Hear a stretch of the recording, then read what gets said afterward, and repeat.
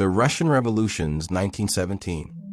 By 1917, Russia was collapsing. Food shortages paralyzed cities. Soldiers mutinied. On March 8th, International Women's Day, protests in Petrograd over bread rations exploded into revolution. Within days, the army joined the protesters. On March 15th, Nicholas II abdicated. 3 centuries of Romanov rule ended not with a bang, but with a whimper. The provisional government under Alexander Kerensky tried to continue the war, a fatal mistake. Enter Vladimir Lenin. The Germans, seeking to knock Russia out of the war, sealed Lenin in a train car and sent him from Swiss exile back to Russia. It was, in Winston Churchill's words, like sending a plague bacillus into enemy territory. Lenin arrived at Finland Station in April 1917 with his April theses: peace, land, and bread. All power to the Soviets, the workers' councils, and the war immediately. His Bolsheviks remained a minority, but they were organized and ruthless. On November 7, 1917, in what Bolsheviks would call the October Revolution by the old calendar, Lenin's forces seized power in a nearly bloodless coup. The Winter Palace fell, with barely a shot fired.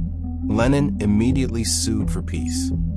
The Treaty of Brest-Litovsk, 1918. The Treaty of Brest-Litovsk, signed March 3, 1918, was one of history's most punishing peace treaties. Lenin accepted catastrophic terms to save the revolution.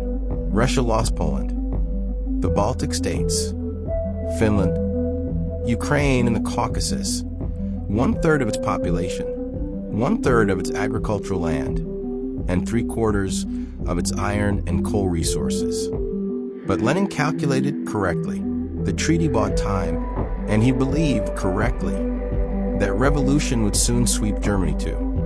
More immediately, it freed him to fight the Russian Civil War that was already beginning. The collapse of empires, 1918.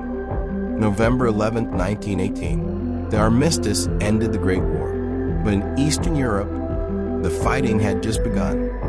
For empires, German, Austro-Hungarian, Russian, and Ottoman, had collapsed simultaneously.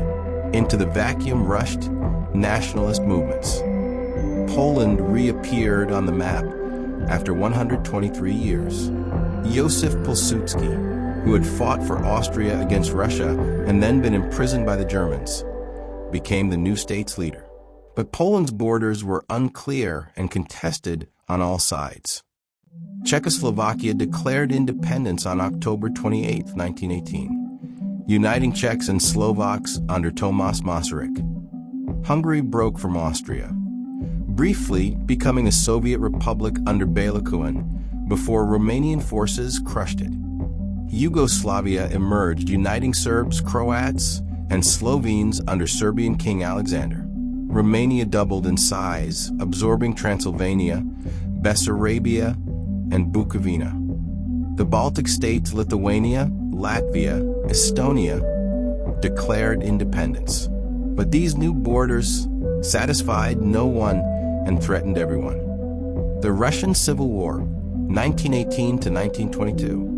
Russia descended into a civil war of almost incomprehensible brutality. The Reds under Lenin and Trotsky fought the Whites, a loose coalition of monarchists, liberals, and nationalist armies. Foreign powers, Britain, France, America, Japan, intervened, landing troops to support the Whites and contain Bolshevism. The savagery was extraordinary. Both sides executed prisoners wholesale. Trotsky's Red Army used former Tsarist officers, holding their families hostage to ensure loyalty.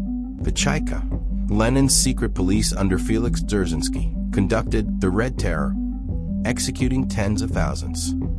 In July 1918, the Bolsheviks murdered Tsar Nicholas II, his wife Alexandra, their 5 children, and 4 servants in a cellar in Ekaterinburg.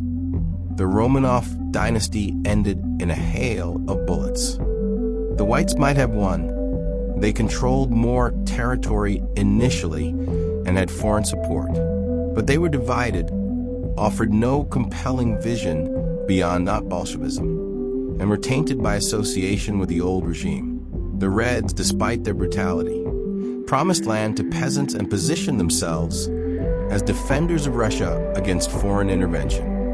By 1922, the Reds had won. The Soviet Union was proclaimed on December 30th, 1922, with Lenin as its leader. But Lenin suffered a series of strokes and died in January 1924. The succession struggle began immediately. The Polish-Soviet War, 1919 to 1921. While Russia fought its civil war, Poland seized the opportunity to expand eastward.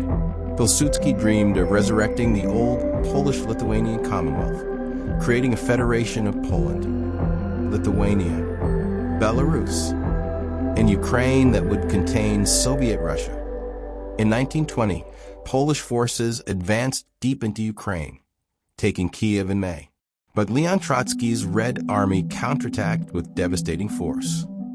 By August, Soviet troops were at the gates of Warsaw. Revolution seemed imminent. If Warsaw fell, Soviet forces could march into Germany, where communist uprisings simmered. The miracle on the Vistula saved Poland. In mid-August 1920, Pilsudski launched a brilliant counteroffensive that shattered the Soviet advance. The Red Army retreated in chaos, suffering perhaps 100,000 casualties. The Treaty of Riga in 1921 gave Poland significant territories in modern Belarus and Ukraine. These borderland, the Kresy, held millions of Ukrainians and Belarusians who would remain bitter about Polish rule. The treaty also ensured Soviet resentment and guaranteed future conflict.